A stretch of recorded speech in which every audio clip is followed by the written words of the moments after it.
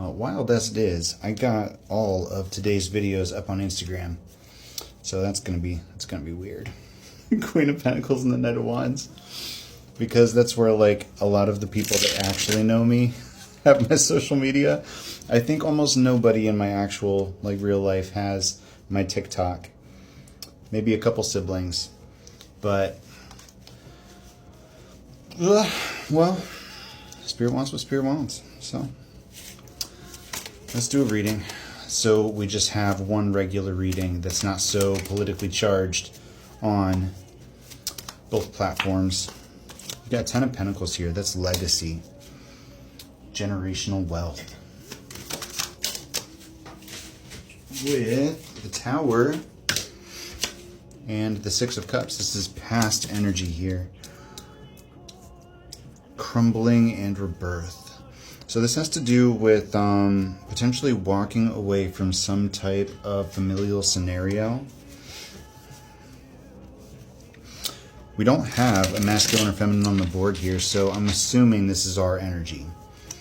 But there's some kind of, this is giving like generational curse breaking, rising above some kind of restraint placed on the family line here. But this Tower looks like something that we've only just observed. Let's see. Outside my window, I'm seeing a car dismantled. I think this is reminiscent of recognizing cycles underneath of the cycles. Like last year, around December, January, when we figured out the narcissism cycles, we had to go a layer deeper. We had to continually unravel situation after situation, pattern after pattern. And with the Six of Wands and the Six of Cups here, I'm getting that this is multiple layers deep, but we are taking a compassionate stance on this. So there might be some deeper healing that needs to take place, but you need to come to it from a place of compassion. Use your heart, but don't allow your emotions to dictate your actions here. You need to stay in your logical, intellectual frame of mind. Because how you handle this shadow work, this trauma recovery, healing situation, is how your manifestation is going to show up here. How things come to fruition going forward. We do have a King of Swords on the board now, but we've also got the 10 of Swords here. That's destruction. This is, what's the 10 of Swords, Spirit? Distraction, seduction. We've got another card of watching. This could be somebody. Six of Wands, the Ancient White Oak, and the King of Swords. Okay. This is somebody that's had to go through storm after storm after storm, time after time. And I'm getting that they didn't receive a lot of help. If anything, they weren't supported by the people in their life. That's this family dynamic that we see falling away over here. They had to learn to love themselves. We've got Empress energy and the Two of Wands. This is a decision.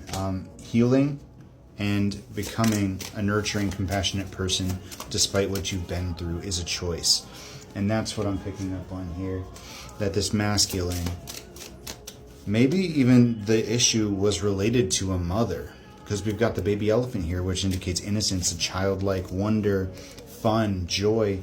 I'm feeling like this was a maternal energy, that they had some kind of shared trauma.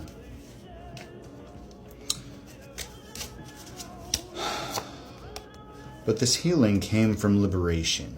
In order to heal this dynamic, the masculine had to step away and really do some soul searching. We split to the depths. There was a mental prison here about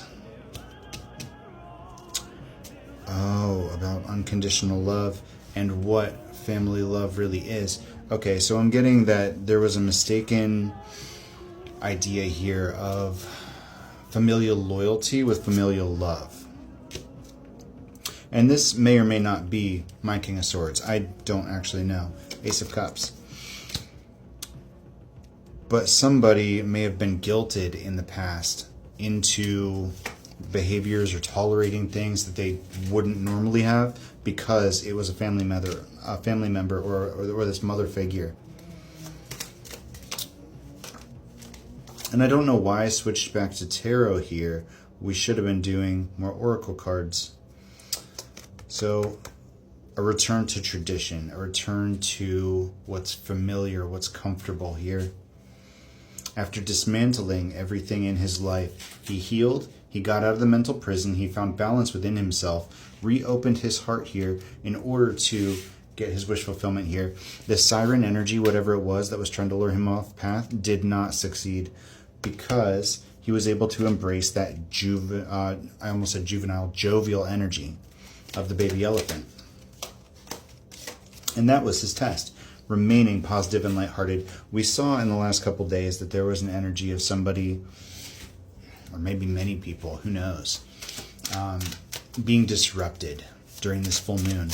There was many readings that I saw that indicated there was some kind of spiritual disturbance at work, trying to get people off their path. The Dryad, nature's guardian, but the return to your roots here, getting to the root of the problem even, is part of this awakening process.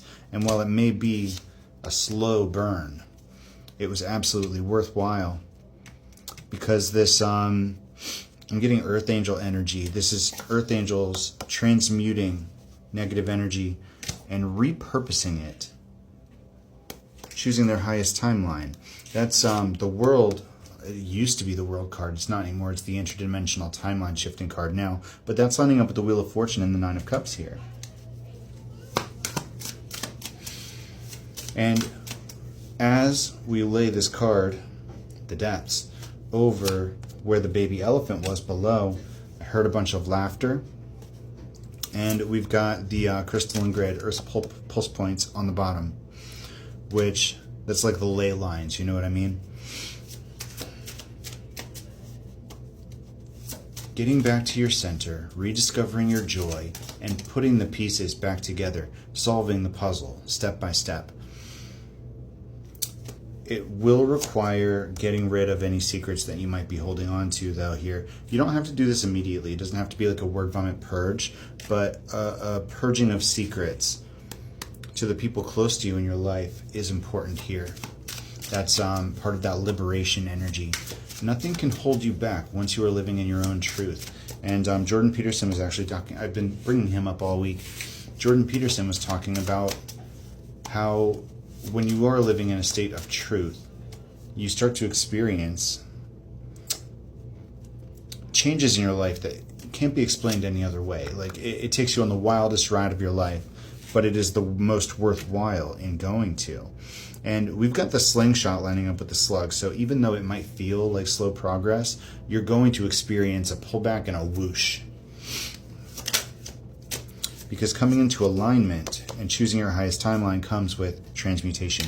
After you're able to shift that energy, take whatever negativity it was, whatever familial bullshit, whatever was weighing you down here, you're not just picking up broken pieces, you're turning them into something beautiful. You have to be able to shift that energy into something different.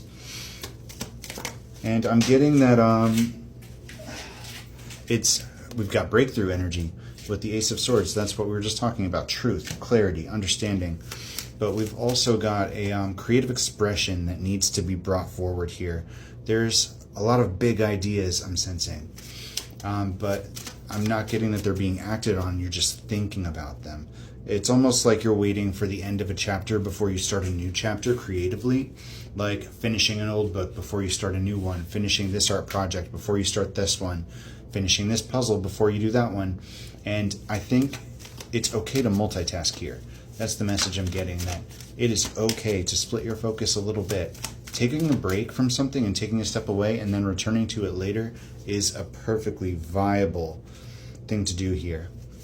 Let's get one more card, Spirit. We've got the Hermit. That's isolation and introspection, but we also just had the Three of Cups.